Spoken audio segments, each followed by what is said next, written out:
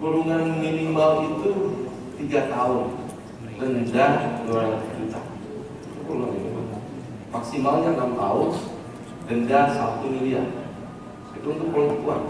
Dan sifatnya barang siapa, baik yang membeli ataupun yang menerima, itu kena oleh pasal politik uang. Jadi ya jangan sampai terjadi kedua kali, saya kira. Ya. Dan mudah-mudahan jurisprudensi itu di tahun 2020 menjadi efek jelas, menjadi sebuah pembelajaran untuk kita semua. Sangat nurani saya juga nggak pegang. Ibu-ibu salah satunya ada tiga orang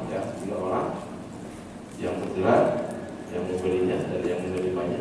Salah satunya ada ibu-ibu yang punya anak usia 2 tahun setengah, harus berurusan dengan hukum, dididik oleh penyidik dan lain sebagainya dalam persidangan dan lain sebagainya. Diputuskan oleh hakim bersalah, terbukti melakukan politik uang, harus dihukum juga, harus dipenjara juga. Sekalipun putusannya 1 bulan, cobaan 1 bulan pilkada hari ini, supaya kita bisa betul-betul dari sosok 2 tahun ini betul-betul bisa mewujudkan seorang pemimpin yang betul-betul legitimit, berintegritas dan lain sebagainya. Itu saja mungkin yang bisa saya sampaikan, dan dengan ucapan basmalah Bismillahirrahmanirrahim atas izin kita semua. Launching Sentra Penegakan Hukum Terpadu dan Koordinasi Penanganan Pelanggaran Pidana pada Pemilihan Serentak tahun 2024 di Kabupaten Pangandaran saya buka dengan resmi. Bismillahirrahmanirrahim.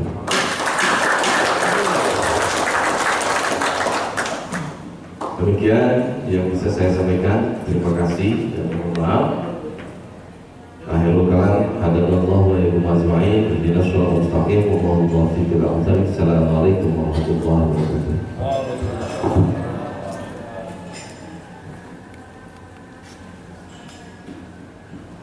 Kami ucapkan terima kasih.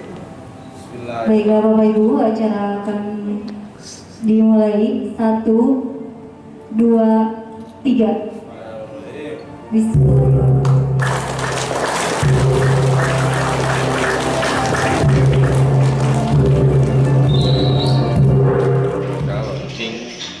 Sentra Gakumdu Sentral Penegakan Hukum Terpadu Bawaslu Kabupaten Pangandaran. Jadi tim Sentra Gakumdu ini adalah yang menangani dugaan pelanggaran pidana pemilihan. Pidana pemilihan itu ditangani oleh tim Sentra Gakumdu.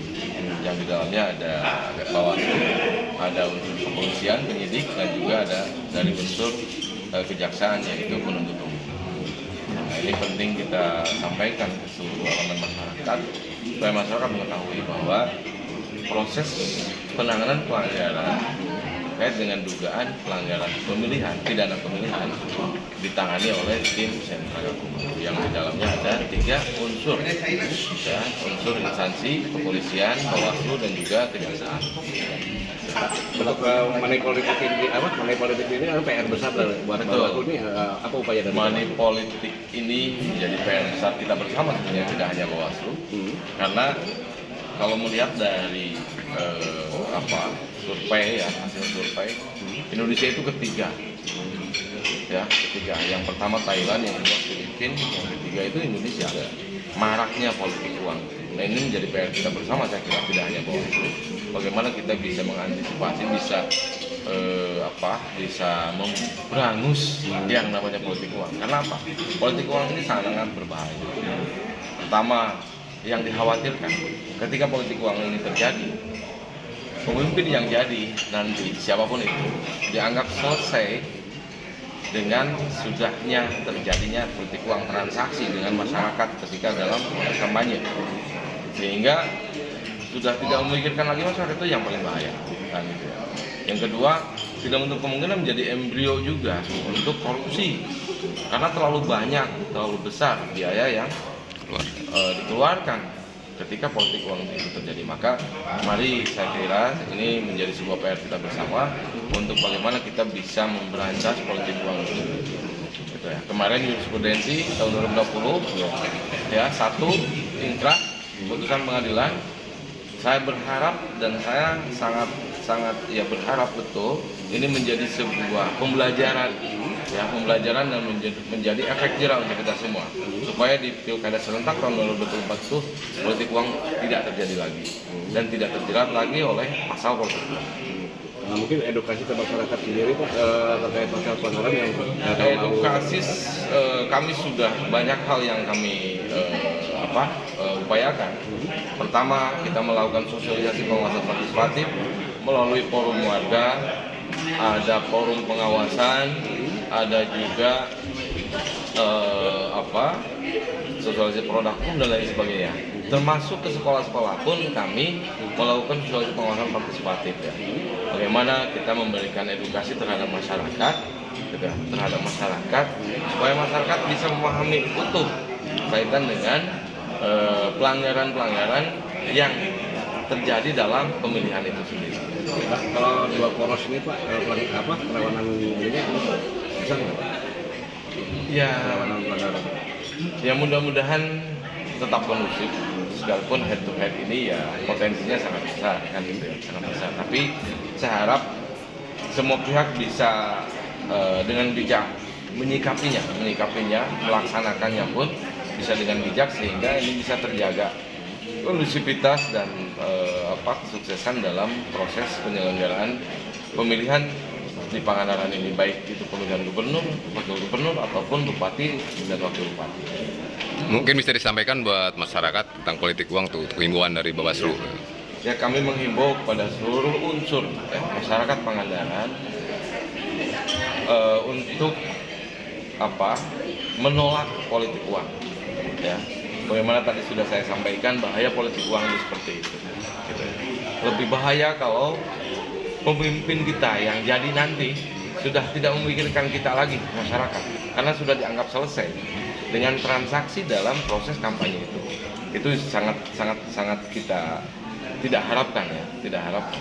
Nah itu.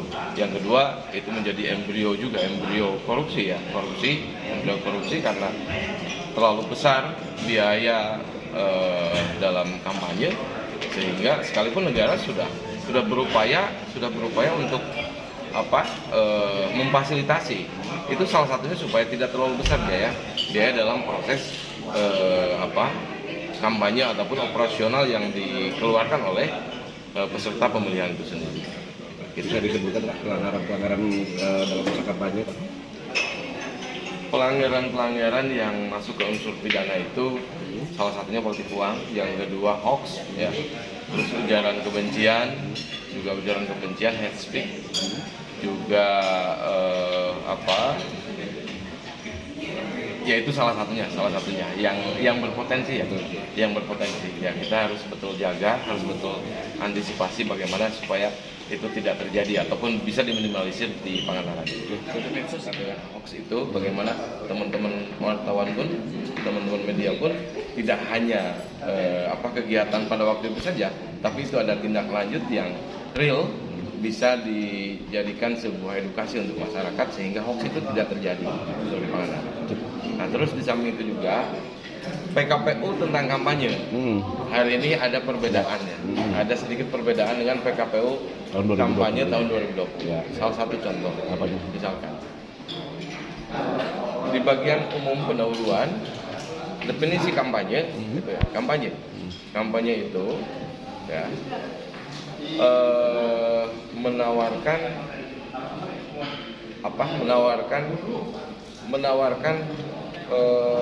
visi misi dan program calon gubernur ataupun calon bupati. Dalam arti lebih spesifiknya, citra diri di sini tidak ada.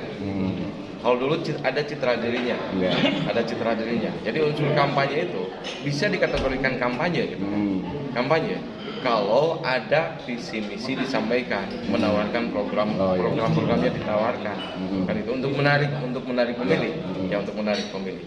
Nah, di luar itu, ketika misalkan dia si calon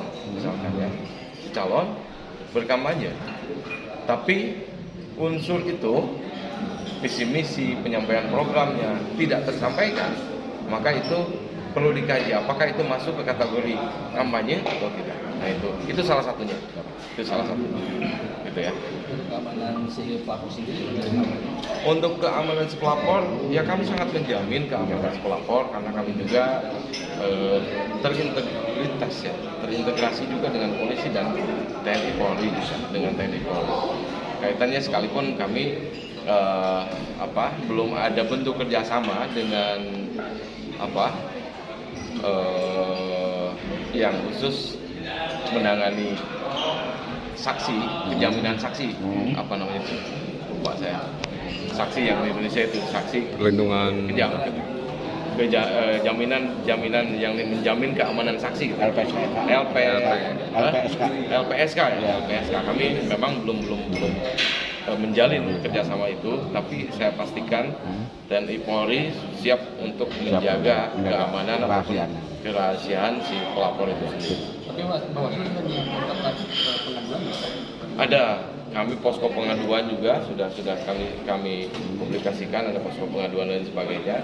Nah, untuk penyampaian laporan sebenarnya ketika masyarakat tidak mau untuk melaporkan, itu bisa menginformasikan kepada kami, sehingga itu akan jadikan informasi awal dan statusnya nanti temuan dari Bawaslu, dari pengawas pemilu.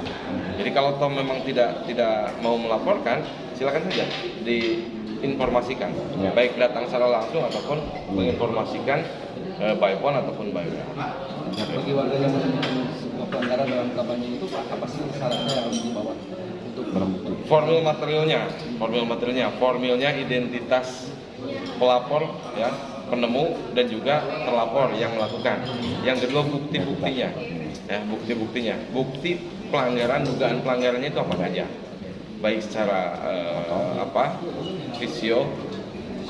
visual ataupun secara video, gitu ya. Itu penting, ya, rekaman itu penting juga untuk kami tindak lanjuti, dilakukan sebagai penelusuran ataupun investigasi lebih lanjut, ya.